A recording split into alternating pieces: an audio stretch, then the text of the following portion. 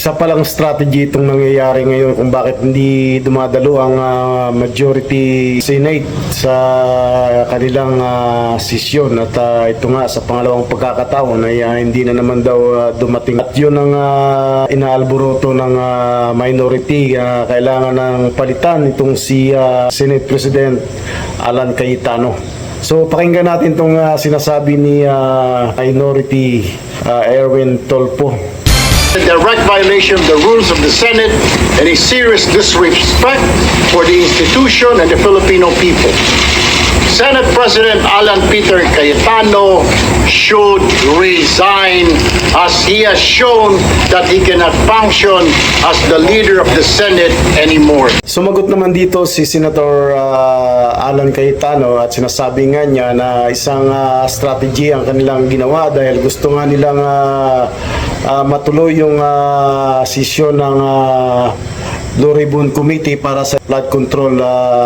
Ayos nilang bigyan daan para matuloy ang sesyon na yon at yun nga ang sinasabi rin dito ni Cayetano na magre-resign lamang siya kung madadagdagan ang bilang ng minority at magiging 13 sila. May kasamang mga protesta yon, protest against a puppet Senate na gusto nila. Ngayon po ang majority, ginagamit din po ang rules sa tama, morally, legally, to ensure na hindi agawin ang mga committees para po matuloy ang hearing ng Blue Ribbon sa Thursday at ang iba't iba pang mga importanteng hearing sa bawat committee. So yun, may sinasabi pala dito si Senate President Alan Cayetano, yung Senate puppet, nag-giveaway sila para matuloy daw yung pagdinig ng Blue Ribbon Committee. Nakatakda yatang gawin sa Huwebes dahil itong minority ay inaantay sila at talagang yun nga, di ba, narinig naman natin dun sa unang video na nagsalita si Erwin Tolpo na talagang nais nga nilang palitan itong si Alan Cayetano. Mili tayo ng 13, I'm ready to go anytime, any day. So sa hindi pagdalo ni Senate President Alan Cayetano sa session, nagkaroon siya ng video o live. Yun ang naging dahilan kaya nagkaroon ng pagtitipon nitong 11 minority at hinarap nila ang media. At doon nagsalita sila na kailangan mag-step down na itong si Senate President Cayetano dahil hindi niya ginagampanan ang kanyang tungkulin bilang Senate President. Pakinggan muli natin itong sinasabi nila rito ng mga ibang senador na ito mula sa minority. Today was a clear abandonment of responsibility, a dereliction of duty, and a blatant disregard of the rules that govern this institution.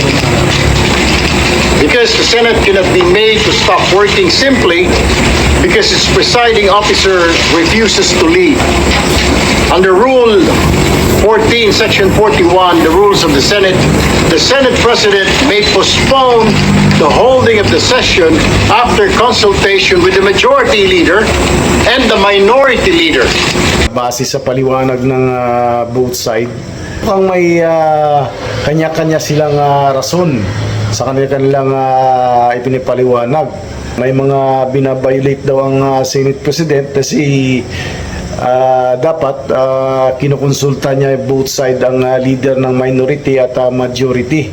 Pero mukhang hindi yata nangyayari. Pero ayun naman kay Alan Cayetano ay ginagawa niya base sa mga rules o base sa mga alituntunin ng kanyang mga aksyon na ginagawa nila mula sa majority. So ano ba talaga ang totoo dito sa mga binabanggit nila na ito? At tayo ay nakikinig lamang at nagbabase lamang tayo dito sa mga napapakinggan natin at napapanood na ito.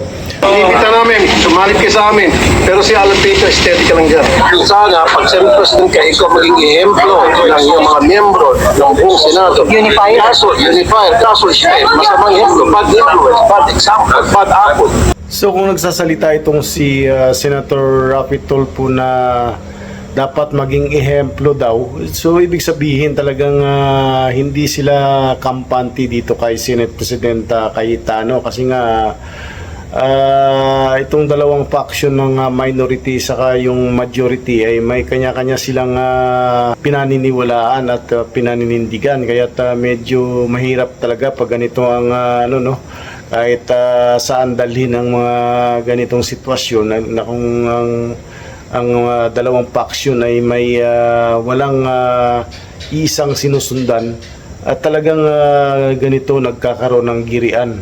At yun nga ang hindi talaga matapos-tapos. Kasi ang paliwanag pa rito nga ni Ping Lacson, ang sabi naman nga niya kung dapat kung sa hindi siya makadalo, dapat ang susunod na magiging presider niya ay ang majority leader, at ang kung wala ang majority leader mapupunta dun sa minority leader. May kanya-kanya silang opinion o komento na talagang against dito kay Peter Cayetano.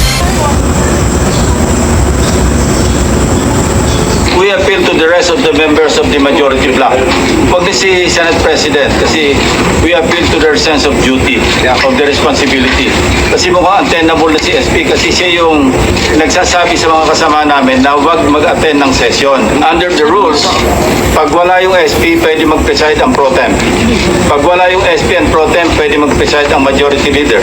Pag wala yung tatlo, pwede mag-preside any of the two deputy majority leaders. Every day, ang Senate gumagastos ng 25 million sa kuryente, sa utilities, sa sweldo, pero walang session nangyari. Walang batas na na-approve, sayang ang bayad ng taong bayan. Kasalanan ni Alan Cayetano yan dahil ipapasa na sana namin ang batas na yan na ipagbabawal yung paggagawa ng ganyan, na i-hostage yung pasyente. Constitution says that we should meet at 3 p.m. Monday, Tuesday, Wednesday. As a matter of fact, even Thursday should be a working day also in Tutusin. So, we'll cross the bridge when we get there. We'll see. So halos lahat ng minority senators ay nagsalita rito at nagbigay ng kanilang pahayag, at yun nga, maging itong si Win Gatchalian ay sinasabi nga niya na ito yung mga equipment na bukas tapos wala namang natatapos na session, umagastos lang daw yung Senate sa mga ilaw o ano dyan, mga ginagamit doon sa session hall o yung mga bill na dapat ma-aproba ay hindi daw ma-approve kasi nga walang session na nangyayari. At talagang minention nga ni Mig Subiri na dapat daw sisihin si Alan Cayetano. Katulad ng minority, dapat ang sila ang dapat sumunod sa majority, at syempre siya ang Senate President at nasa majority sila, so sila ang mas dapat manguna, hindi ba? Kakaroon sila ng hidwaan dahil sa ganitong sitwasyon, at yun nga, gusto pang upalitan ang Senate President na si Alan Cayetano.